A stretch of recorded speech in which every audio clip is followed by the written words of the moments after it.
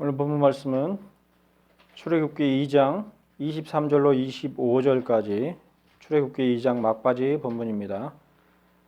23절로 25절까지 말씀 봉독해 드리겠습니다. 여러 해 후에 애굽 왕은 죽었고 이스라엘 자손은 고된 노동으로 말미암아 탄식하며 부르짖으니 그 고된 노동으로 말미암아 부르짖는 소리가 하나님께 상달된지라. 하나님이 그들의 고통 소리를 들으시고 하나님이 아브라함과 이삭과 야곱에게 세운 그의 언약을 기억하사 하나님이 이스라엘 자손을 돌보셨고 하나님이 그들을 기억하셨더라. 아멘. 오늘 봉독해드린 출애굽기 2장 23절로 25절까지 말씀 가운데서 하나님이 그들을 기억하셨더라 라는 제목으로 메시지를 나누겠습니다. 지난 주일에는 출애굽기 2장의 전반부 내용들을 중심으로 모세에게 어떠한 일들이 닥쳤었는지를 생각해 보았습니다. 그리고 그 가운데서 우리들이 파악할 수 있었던 것은 외면해버린다 해도 그다지 이상할 것이 없을 법한 히브리 민족에 대한 모세의 형제애와 동포애가 어떠했는가 하는 것이었습니다. 어떻게 보면 개인적으로 보았을 때에 부끄럽고 그 출신을 숨길 법한 그런 배경임에도 불구하고 오히려 형제애와 동포애를 보여주었던 모세에 대하여서 살펴보았지요. 하지만 그럼에도 불구하고 모세가 직면해야만 했던 심각한 위기와 도피의 형편이 모세에게 얼마나 억울한 것이었는지를 바탕으로 그 가운데서 우리가 깨달을 수 있는 이 땅에서의 나그네로서의 삶에 대해 살펴보았습니다. 사실 그러한 인생길, 곧 애굽에서의 지혜와 모든 경륜들을 다 버리고서 홀몸으로 타국에서 나그네가 되었던 모세의 노정은 우리 가운데 누구도 원하지 않는 인생 역정이라 하겠습니다. 누구도 고생길을 원해서 가는 사람은 없지요. 어지간한 신실함과 경건 가운데서 신앙생활을 해나가는 사람이라 하더라도 모세와 같이 억울한 상황과 형편에 처하는 것은 결코 원하는 바가 아닌 것이죠.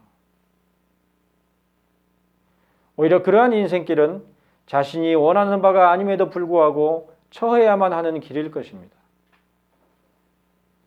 마찬가지로 모세 또한 자신이 원하는 대로 그처럼 홀로 되는 길을 걸은 것이 아니었죠. 심지어 자신의 경솔함과 실수로 말미암아 처한 것도 아니었습니다. 사도행전과 히브리서의 여러 구절들 가운데서 언급하는 모세에 대한 설명들을 보면 그의 행동은 결코 돌발적으로 자신의 감정이나 욕심에 끌려서 행한 것으로만 볼 수가 없는 것입니다. 오히려 사도행전 7장 20절에서 그때에 모세가 났는데 하나님 보시기에 아름다운지라고 스데반이 언급한 것처럼 히브리 백성들을 형제요 동포로 여겨 그들을 구원하려는 마음은 하나님으로 말미암은 온전한 것이었음이 분명한 것입니다. 일반적인 사람의 심리로 보자면 모세는 굳이 히브리 백성들을 구해내기 위한 열심을 가질 이유가 없는 것이죠.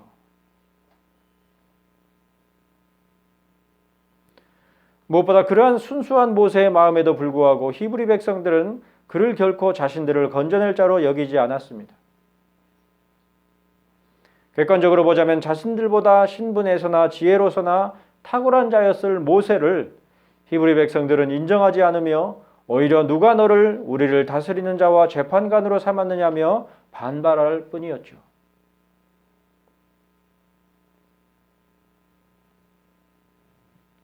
히브리 백성 가운데 모세만큼 백성들을 다스리고 재판관 노릇을 할 만한 자가 어디 있었겠습니까? 그런데도 불구하고 누가 너를 우리를 다스리는 자와 재판관으로 삼았느냐 그렇게 말하며 배척할 뿐이었죠. 사실 출애굽기 18장 13절 말씀을 보면 모세는 이스라엘 백성들을 다스리며 판결하는 자였음이 분명합니다. 특히 13절 말씀은 모세가 백성을 재판하느라고 앉아있고 라고 기록하고 있어서 모세가 백성들을 다스리며 발생한 문제들을 판결하는 것에 대해 모든 백성들이 당연하게 받아들였음을 나타내고 있습니다. 그러니까 출애굽기 2장에서는 누가 너를 우리를 다스리는 자와 재판관으로 삼았느냐 이렇게 말하면서 배척했었지만 나중에는 그들을 다스리는 자와 재판관으로서 있었던 자가 바로 모세였던 것이죠.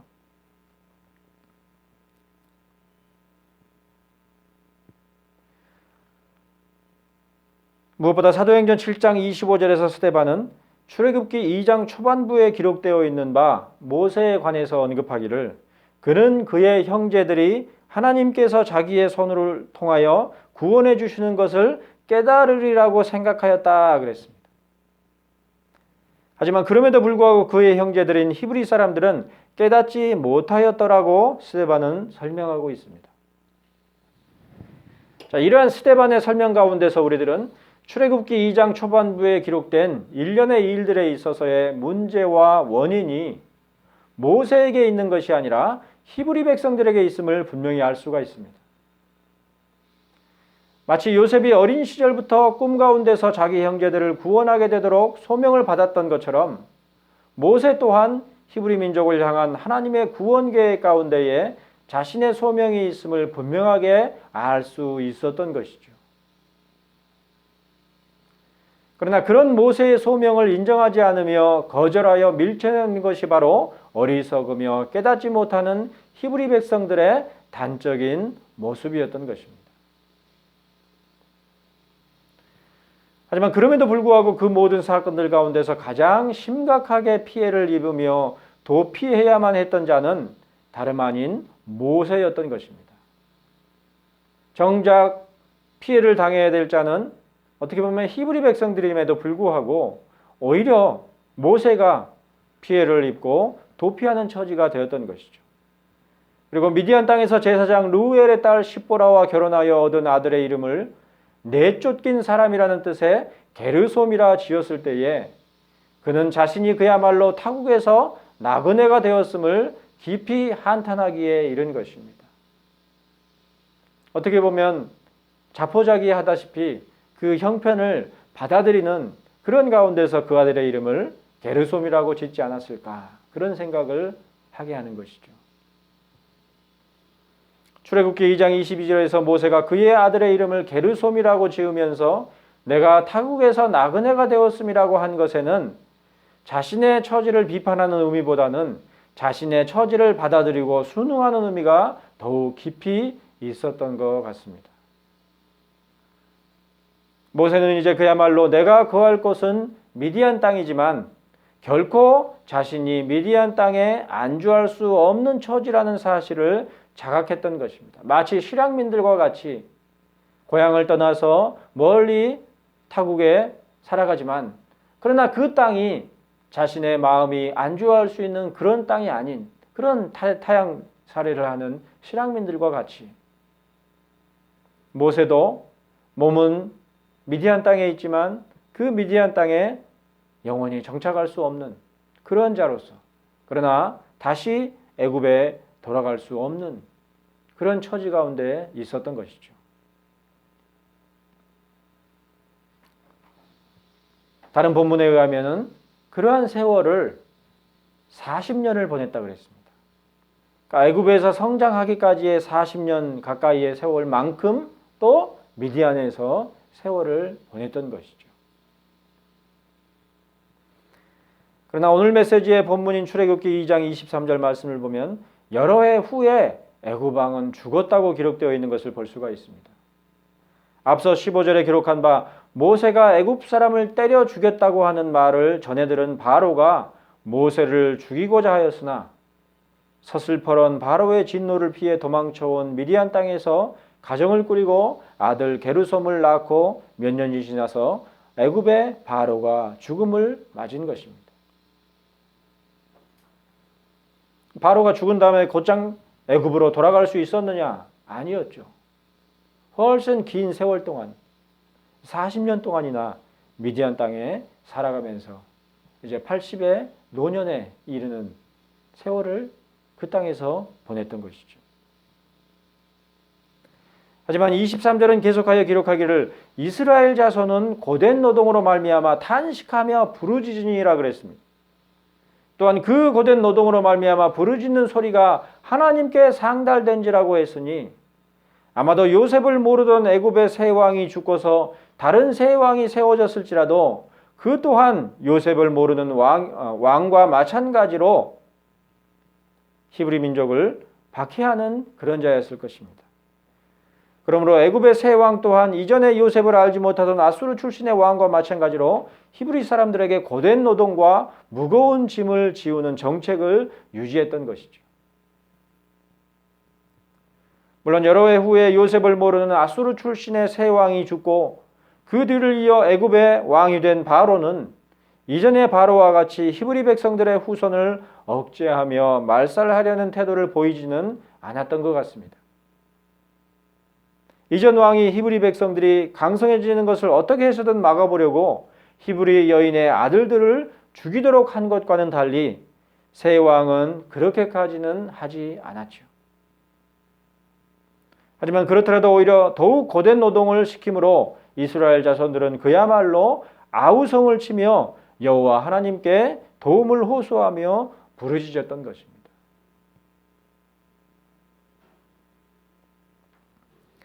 그런데 오늘 본문 23절은 지금까지 히브리 사람이라는 표현 대신에 이스라엘 자손이라고 기록하고 있는 것을 볼 수가 있습니다. 지금까지는 계속해서 히브리 사람, 히브리 백성 이렇게 표현하고 있다가 갑자기 이스라엘 자손이라고 기록한 것이죠.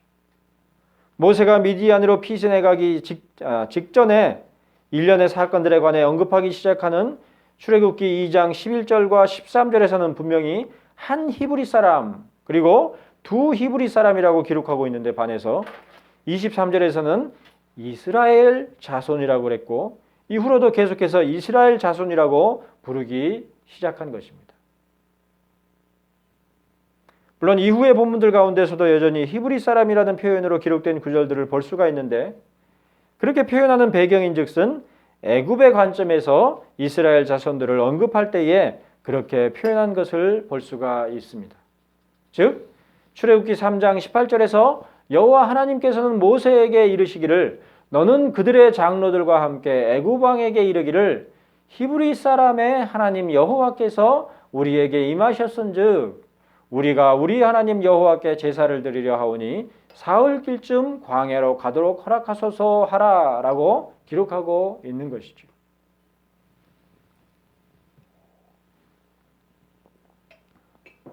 그러니까 애굽 왕 바로의 관점에서 그 입장에서 이스라엘 자손을 칭할 때에는 히브리 사람 이렇게 기록하고 있더라는 것입니다. 자, 이러한 특성 가운데서 오늘 본문을 볼 때에 우리들은 모세를 통해 이 모든 일들을 기록하도록 하신 하나님의 관점이 이제 이스라엘 자손에게 향하고 있는 것을 알 수가 있습니다. 모세가 미디안으로 쫓겨나기 전까지의 일들 가운데서는 애굽 사람의 관점에서 히브리 사람이라고 표현한 것에 반해 이제 애굽 왕이 죽은 뒤로의 일들을 언급하기 시작하면서부터는 이미 여호와 하나님의 시선이 이스라엘 자손들에게 가 있는 것입니다. 특별히 하나님께서 이스라엘 사람들이라고 하지 않으시고 이스라엘 자손이라고 한 것에 주목하시기를 바랍니다. 그것은 바로 출애굽기 1장 1절에서 야곱과 함께 각각 자기 가족을 데리고 애굽에 이른 이스라엘 아들들이라고 한 것과 같은 맥락의 표현이기 때문입니다. 실제로 출애굽기 1장 1절로 13절까지에 이르도록 이스라엘 자손이라 표현한 것을 볼 수가 있으니 이후로 출애굽기 2장 22절에 이르기까지 사용하지 않았던 그 표현을 다시 사용함으로써 이제 전체 이야기의 시선이 이스라엘 백성들에게 향하고 있는 것을 단적으로 알 수가 있고 또한 그 시선의 시작이 어디인지도 분명하게 드러나기 시작하는 것입니다. 그러므로 출애굽기 2장 23절은 후반부 문장에서 이르기를 그 고된 노동으로 말미암아 부르짖는 소리가 하나님께 상달된지라 그랬습니다. 한마디로 이제 이스라엘에게로 향하기 시작하는 그 시선의 시작은 다름 아닌 하나님께로부터 시작한 것이니 하나님께 상달된지라고 분명하게 언급하고 있는 것이죠.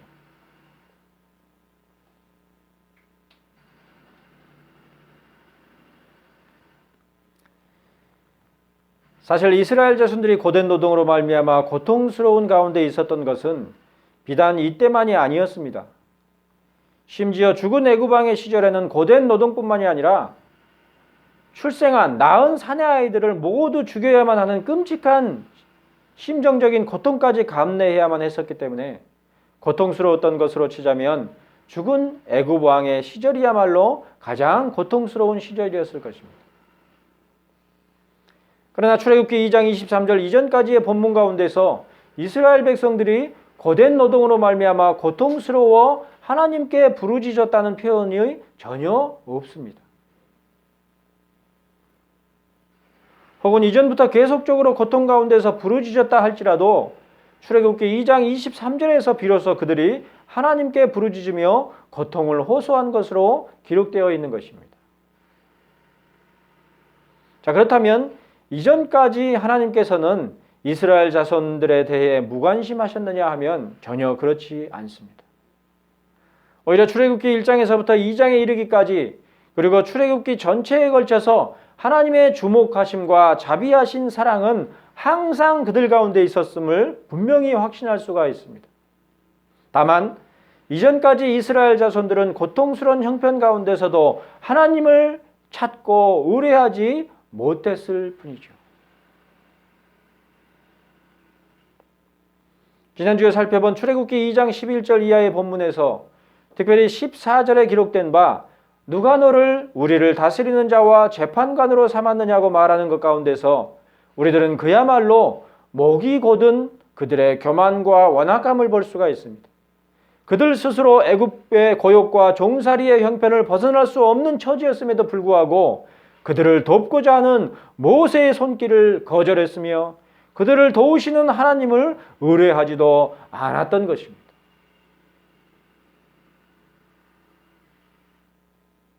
참으로 대책 없는 사람들이죠. 출애굽기는 바로 그러한 이스라엘의 상태를 암시하려는 듯이 1장과 2장에서 전반적으로 신실한 믿음을 보여주는 자들은 모두 여인들이었던 것으로 기록하고 있습니다. 더구나 출애굽기 1장에 나오는 히브리 산파들은 히브리 여인들이 아니라 애굽 사람들이었던 것으로 보이는 점에서 더욱 이례적인 믿음의 인물들이라 할 것입니다. 한마디로 이스라엘 자손들 가운데서는 그동안 이렇다 할 믿음을 볼 수 없었으며 다만 모세의 부모들과 같이 극소수의 이스라엘 자손들만이 믿음을 보여주었을 뿐이었던 것이죠.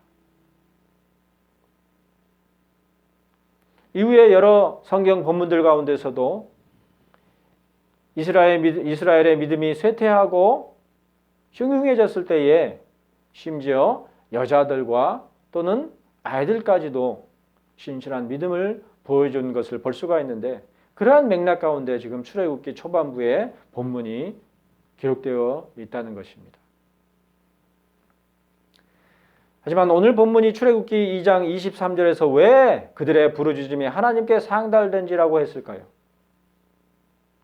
이에 대해 파악하기에 앞서서 23절에 기록된 이스라엘 자손이라는 말에 다시 한번 주의해 보시기를 바랍니다. 지금까지 애굽 사람들의 시선을 기준으로 히브리 사람들로 언급되었던 것을 바꾸어서 23절에서 다시 그들을 이스라엘 자손이라고 언급한 가운데에는 아주 중요한 의미가 내포되어 있기 때문입니다. 즉 출애굽기 1장 1절로 14절까지 줄곧 이스라엘 자손이라고 표현되었던 말씀으로 다시 돌아와서 이제 출애굽기 2장 23절부터는 동일하게 하나님의 관점에서 모든 일들을 언급하고 있다는 사실 가운데서 우리들은 왜 하나님께서 이스라엘 백성들의 부르짖음을 들으셨는지를 짐작할 수가 있는 것입니다. 더욱이 24절에서는 하나님이 그들의 고통 소리를 들으시고 하나님이 아브라함과 이삭과 야곱에게 세운 그의 언약을 기억하셨다 그랬습니다. 그런즉 출애굽기 1장 1절로 14절에서 이스라엘 자손이라고 표현된 그 구절이 창세기의 후반부에 기록된 야곱, 곧 이스라엘의 아들들로 기록된 것과 마찬가지로 이제 출애굽기 2장 24절에서는 이를 더욱 확장해서 야곱뿐만 아니라 이삭, 그리고 이삭뿐만 아니라 아브라함에게까지 거슬러 올라가서 그들과 세운 언약에 근거하여 이스라엘 자손들을 기억하셨다 이렇게 기록한 것입니다. 그런즉 바로 이러한 의미들을 함축하고 있는 말이 바로 이스라엘 자손이라는 말입니다. 지금까지 애굽 사람들의 시선에서 그저 담담히 히브리 사람들로 언급하던 데서 바뀌어서 심지어는 모세의 시선조차도 이전까지는 히브리 사람들로 칭하는 그러한 시선이었죠. 그러나 이제는 하나님께서 그의 백성들인 이스라엘 자손들을 언급하시는 관점으로 변화한 것이고, 아울러 그러한 변화 가운데에는 유한한 사람들의 시선이 아니라 무한한 하나님의 시선을 내포하고 있는 것이니, 그런 이유로 24절에서는 또한 아브라함과 이삭과 야곱을 언급하고 있는 것이죠. 우리의 시선은 어떻습니까? 야곱을 보는 동안에는 이삭과 아브라함을 볼 수 없고, 이삭을 보는 동안에는 아브라함과 야곱을 볼 수 없고, 아브라함을 보는 동안에는 또한 이삭과 야곱을 볼 수 없는 그러한 제한된 유한한 시선이죠. 그러나 하나님의 관점에서는 시간도 없고 다 통으로 무한하게 보실 수 있는 그러한 관점으로 있는 것이죠. 이후로 출애굽기 3장 6절에 기록된 호렙산에 불이 붙었으나 사라지지 않는 떨기나무 가운데 현현하신 여호와 하나님께서는 자신을 가리켜서 나는 내 조상의 하나님이니 아브라함의 하나님, 이삭의 하나님, 야곱의 하나님이라고 말씀하셨습니다. 한마디로 영원하신 하나님께서 아브라함 때만이 아니라 이삭 때에, 이삭 때만이 아니라 야곱 때에도 늘 하나님이신 그러한 전능하신 하나님으로 자신을 소개하며 말씀하신 것이죠. 그러니 그런 하나님께서 바라보시는 시선 가운데서 이제 이스라엘 자손의 고된 노동으로 말미암아 부르짖음에 대해 기록하기 시작한 것입니다. 그러한 하나님의 시선으로 볼 때에 하나님께서는 출애굽기 2장 23절에서 이스라엘 자손들이 탄식하며 부르짖음으로 말미암아 비로소 반응하신 것이 아닙니다. 얼핏 이스라엘 자손들이 비로소 간절한 마음으로 여호와 하나님을 찾음으로 말미암아 하나님께서 반응하시기 시작한 것처럼 보일 것이지만, 그러나 압제 가운데서도 이스라엘 자손이 생육하고 불어나 번성하고 매우 강하여 온 땅에 가득하게 되었던 것에서 알 수 있듯이 하나님께서 항상 이스라엘 자손들을 돌보아 오셨던 것이죠.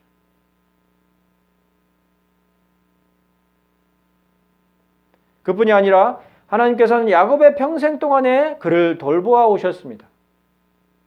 창세기 47장 9절에서 야곱은 요셉의 시대에 애굽의 바로 앞에서 고백하기를 내 나그네 길의 세월이 130년이니이다. 내 나이가 얼마 못 되니 우리 조상의 나그네의 길의 연조에 미치지 못하나 험악한 세월을 보내었나이다 라고 말했는데, 그러한 나그네 세월 동안에 하나님께서는 언제나 그를 돌보아 오셨던 것입니다. 또 하나 하나님께서는 이삭의 평생 동안에 그를 돌보아 오셨습니다. 창세기 26장에는 아브라함 때에 첫 흉년이 들었을 때에 이삭이 블레셋에 내려가 거하는 동안에 계속하여 블레셋 거민들의 시기로 말미암아 다툼 가운데 있었지만, 그러한 시절에도 여호와 하나님께서는 그에게 이르시기를 내 종 아브라함을 위하여 내가 너와 함께 있어 내게 복을 주어 내 자손이 번성하게 하리라고 말씀하셨으니, 다툼으로 말미암아 쫓겨나 계속해서 새 우물을 파야만 하는 곤란한 형편 가운데서도 하나님께서는 언제나 그와 함께 계셔서 그에게 복을 주시어 번성하도록 돌보셨던 것입니다. 무엇보다 하나님께서는 갈 바를 알지 못하고서 본토 친척 아비집을 떠나온 아브라함의 평생 동안에 그를 돌보아 오셨습니다. 내가 너로 큰 민족을 이루고 내게 복을 주어 내 이름을 창대하게 하리니 너는 복이 될지니라고 약속하셨음에도 불구하고 100세에 이르도록 그에게 약속된 아들조차 없었던 아브라함의 나그네 길의 세월 가운데에도 하나님께서는 언제까지나 그 약속에 신실하신 하나님이셨던 것입니다.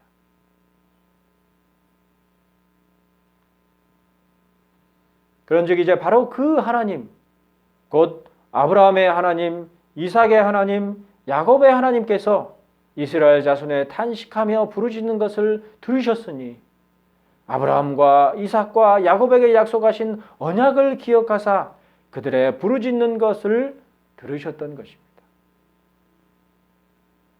바로 그러한 하나님, 아브라함과 이삭과 야곱에게 세운 그의 언약을 기억하시는 신실하신 하나님께서는 미디안 땅에 이르기 전 모세의 행적들 가운데서도 그를 바라보시며 돌보신 분이십니다. 비록 모세의 눈에는 이제 타국에서 나그네 되었음 밖에는 보이지 않았지만 장장 40년에 걸쳐서 언약에 신실하신 하나님께서는 믿음으로 모세가 장성하여 바로의 공주의 아들이라 칭함을 받기를 거절하고 도리어 하나님의 백성 곧 히브리 사람들과 함께 고난받기를 잠시 죄악의 낙을 누리는 것보다 더 좋아한 것을 아셨고 또한 지켜보셨던 것입니다. 그 마음을 아셨단 말이에요.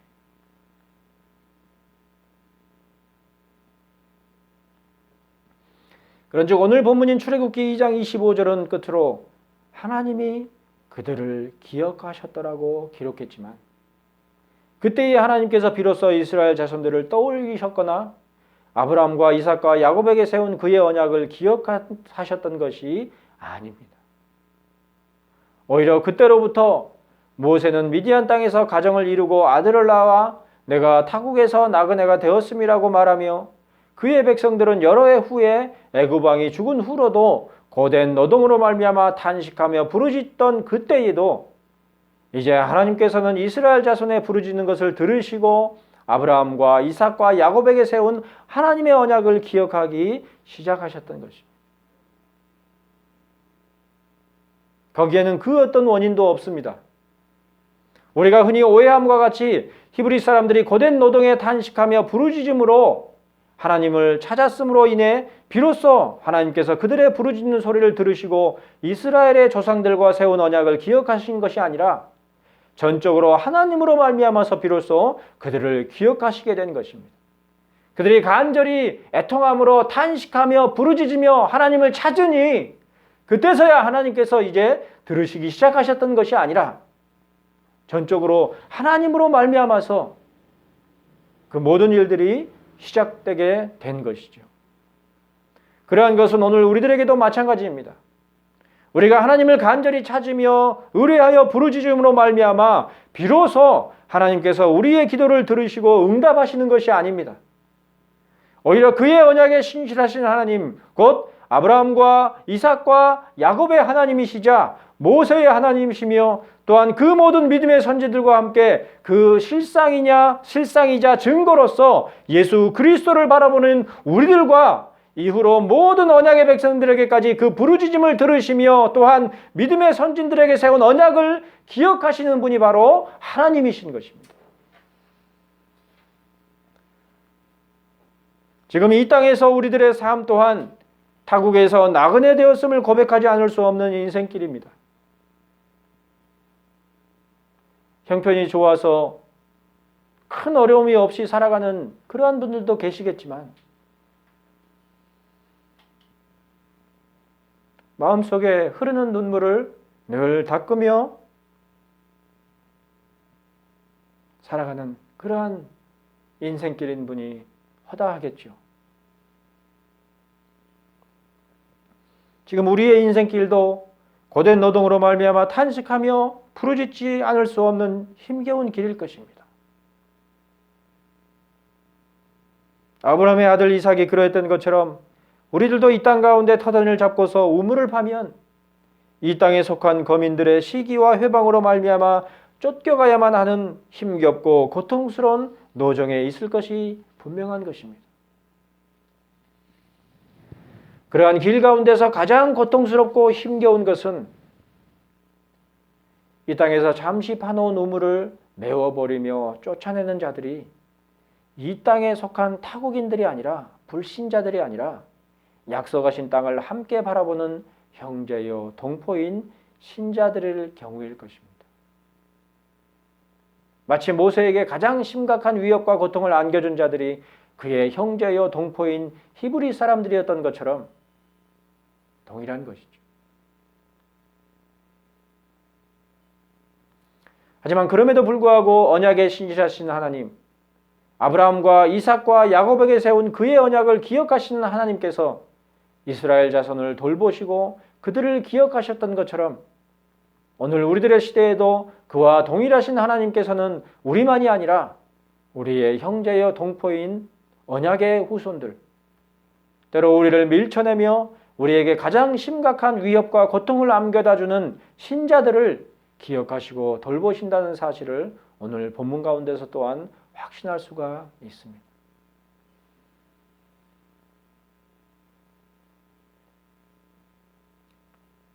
신자들에게 상처를 주는 자는 같은 믿는 자들인 경우가 훨씬 많죠. 그러나 그들도 하나님의 언약의 자손들일 것이고 우리에게 베푸시는 그런 은혜와 동일한 은혜를 저들에게도 베푸신다는 사실을 오늘 본문 가운데서 생각해 볼 수가 있는 것이죠.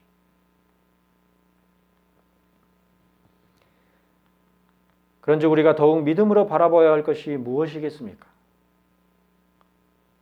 혹여 바라보는 것이 주변에 있는 사람들, 곧 신자들이 전부라고 한다면 우리들도 모세와 같이 밀어뜨려 이르는 말 가운데서 깊은 거절감과 상처만 얻을 수 있을 것입니다. 믿거라 하는 주변의 사람들에게 뒤통수를 맞고 상처를 입는 그런 일뿐이겠죠. 그러나 믿음으로 바라보며 부르짖는 분이 언약에 신실하신 하나님, 아브라함과 이삭과 야곱에게 세운 그의 언약을 기억하시는 하나님이라고 한다면 이 땅 가운데서 탄식하며 부르짖는 우리들의 기도가 반드시 상달될 때가 이를 것이며 믿음 가운데서 이스라엘 자손인 우리를 돌보시며 기억하심을 확신할 수가 있을 것입니다. 비록 지금 우리를 둘러싼 세태 가운데서 믿음을 찾아보기 어려우며 무엇보다 믿음으로 하나님의 때를 바라보며 하나님의 인도하심만을 간절히 구하며 바라는 깊은 믿음을 찾기 어려운 시대 가운데 있을지라도 어제나 오늘이나 영원토록 동일하신 하나님, 야곱의 하나님이실 뿐만 아니라 이삭의 하나님이요 또한 아브라함의 하나님이신 그리고 우리의 하나님이기도 하신 우리의 기도를 상달하시며 그의 언약을 기억하심을 잊지 않는 우리의 믿음이기를 원합니다. 비록 이 땅 가운데서 완전하고 온전한 믿음을 다 드러낼 수 없을지라도 우리의 간절함과 우리의 탄식하며 부르짖음으로 말미암아서가 아니라 나는 내 방패요 너의 지극히 큰 상급인이라고 말씀하신 여호와 하나님의 신실하심으로 말미암아 우리의 탄식하며 부르짖음을 상달하사 우리를 기억하여 돌보시는 하나님의 은총과 소망의 때가 이를 것임을 확신하며 축복하는 바입니다. 무엇보다 이 모든 말씀을 모세로부터 시작하여 모든 믿음의 자손인 이스라엘 자손들에게 기록하여 알리신 하나님의 자비로우시며 세심한 돌보심이야말로 우리 심령이 아무도 알지 못한 양식인 만나를 먹고서도 죽었었던 이 땅이 아니라 영원한 하나님의 나라, 곧 하나님의 입으로서 나오는 모든 말씀 가운데서 교훈되며 증거되는 천국을 실상으로 바라보는 굳은 믿음으로 끝까지 인내하며 나아가기를 오직 믿음으로 보이지 아니하는 자를 보는 것 같이 하여 참아낼 수 있는 신실하고 거룩한 인생으로 성장하여 가기를 주 예수 그리스도를 위하여 받는 수모를 애굽 곧 이 땅의 모든 보화보다 더 큰 재물로 여기며 인내하는 믿음을 보인 모세의 모범 따라서 권하며 축복하는 바입니다. 기도하시겠습니다. 아버지 하나님, 오늘도 출애굽기 말씀 가운데서 우리의 간절한 호소와 눈물이 아니라 하나님의 뜻과 계획을 따라 우리의 기도를 받으시는 그때를 바라보며